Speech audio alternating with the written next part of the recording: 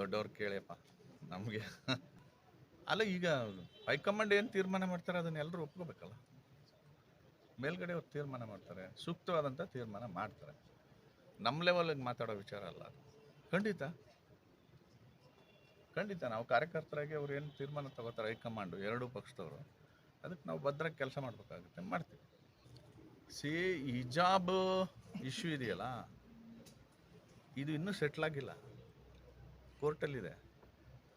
ಕೋರ್ಟಲ್ಲಿರೋ ಇಶ್ಯೂನ ನೀವು ಸರ್ಕಾರ ವಾಪಸ್ ತಗೋತೀವಿ ಅಂದರೆ ಅದು ಕೋರ್ಟ್ ಆದೇಶ ಉಲ್ಲಂಘನೆ ಆಗಲ್ವಾ? ಉಲ್ಲಂಘನೆ ಆಗುತ್ತೆ, ಅದು ಫೇಸ್ ಮಾಡಲಿ ಸುಮ್ಗಿರಿ.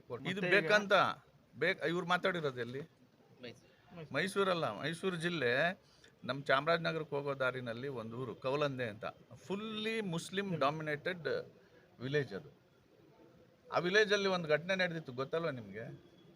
ಈ ಚುನಾವಣೆ ರಿಸಲ್ಟ್ ಬಂದಾಗ ಅವರು ಪಾಕಿಸ್ತಾನ್ ಜಿಂದಾಬಾದ್ ಅಂತ ಕೂಗಿದ್ರು, ಯಾರೋ ಒಂದಷ್ಟು ಜನ ತಲೆಕೆಟ್ಟವರು. ಅಂಥ ಜಾಗದಲ್ಲಿ ಹಿಜಾಬನ್ನ ವಾಪಸ್ ತಗೋತೀನಿ ಅಂತ ಹೇಳಿರೋದು ಉದ್ದೇಶ ಏನು ಅಂತ ನಿಮಗೆ ಗೊತ್ತಿದೆ. ಇದು ಕೋರ್ಟ್ ಆದೇಶ ಉಲ್ಲಂಘನೆ ಆಗಿದೆ. ಕೋರ್ಟ್ ತೀರ್ಮಾನ ಕೊಟ್ಟದ್ದನ್ನು ನಾವೆಲ್ಲ ಒಪ್ಕೊಳ್ಳೋಣ, ಅಲ್ಲಿವರೆಗೆ ವೆಯ್ಟ್ ಮಾಡಬೇಕಾಗಿತ್ತು. ಈಗ ಕೋರ್ಟ್ ಪ್ರಶ್ನೆ ಮಾಡುತ್ತೆ ಮುಖ್ಯಮಂತ್ರಿಗಳಿಗೆ, ಆನ್ಸರ್ ಮಾಡಲಿ ಅವರು. ಖಂಡಿತ ಅವ್ರು ಏನೇನು ಮಾಡ್ತಾ ಇದ್ದಾರೆ ಅದೆಲ್ಲವೂ MP ಚುನಾವಣೆ ಅಡ್ವಾಂಟೇಜ್ ತಗೊಳಕ್ಕೆ ಮಾಡ್ತಾ ಇದ್ದಾರೆ. ಅದು ಆಗಲ್ಲ. ಹಂಗೆ 100% ಭೇದ ಭಾವನೆಯನ್ನು ಸೃಷ್ಟಿ ಮಾಡುತ್ತೆ. ಆಮೇಲೆ ಹಿಜಾಬ್ ಹಾಕೊಂಡು ಹೋಗ್ಬಾರ್ದು ಅಂತ BJP ಸರ್ಕಾರ ಎಲ್ಲಿ ಹೇಳಿದೆಪ್ಪ? ಬುರ್ಕ ಹಾಕಬಾರ್ದು ಅಂತ ಎಲ್ಲಿ ಹೇಳಿದೆ? ಕ್ಲಾಸ್ ರೂಮ್ಗೆ ಹೋಗುವಾಗ ಎಲ್ಲ ಮುಸ್ಲಿಂ ಹೆಣ್ಮಕ್ಳು ಹೊರಗಡೆ ಹಿಜಾಬ್ ತೆಗೆದುಬಿಟ್ಟು ಕ್ಲಾಸ್ ರೂಮ್ ಒಳಗಡೆ ಹೋಗಿ ಕೂತ್ಕೋತಿದ್ರು. ಕ್ಲಾಸಲ್ಲಿ ಪಾಠ ಮಾಡುವಾಗ ಮಕ್ಕಳು ಮುಖ ನೋಡ್ಕೊಂಡು ಮಾಡ್ಬೇಕಲ್ರಿ. ಸೊ ಅವ್ರಿಗೂ ಗೊತ್ತದು, ಮುಸ್ಲಿಂ ಹೆಣ್ಮಕ್ಳಿಗೆ ಹಿಜಾಬ್ ತೆಗೆದು ಕ್ಲಾಸ್ ರೂಮಲ್ಲಿ ಕೂತ್ಕೋತಿದ್ರು.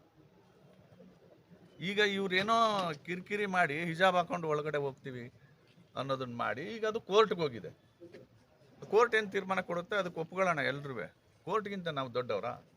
ಆ ಕೋರ್ಟ್ ಆದೇಶ ಬರೋದಕ್ಕೆ ಮೊದಲೇ ಸಿದ್ದರಾಮಯ್ಯನವರು ಈ ರೀತಿ ಘೋಷಣೆ ಮಾಡಿರ್ತಕ್ಕಂಥದ್ದು ಇದೊಂದು ರಾಜಕೀಯ ಷಡ್ಯಂತ್ರ.